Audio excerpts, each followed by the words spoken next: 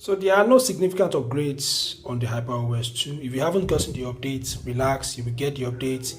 You don't need to change your region or anything. The updates will get to your phone if your phone is eligible for the updates, okay? So this is just what I wanted you guys to know. The HyperOS 2 based on Android 15 on the Redmi Note 12. No major changes, no significant upgrades, just normal features, very similar to the HyperOS 1. So as you can see, my phone is running on Android 15 HyperOS 2. There are little to no changes, okay, on this new UI.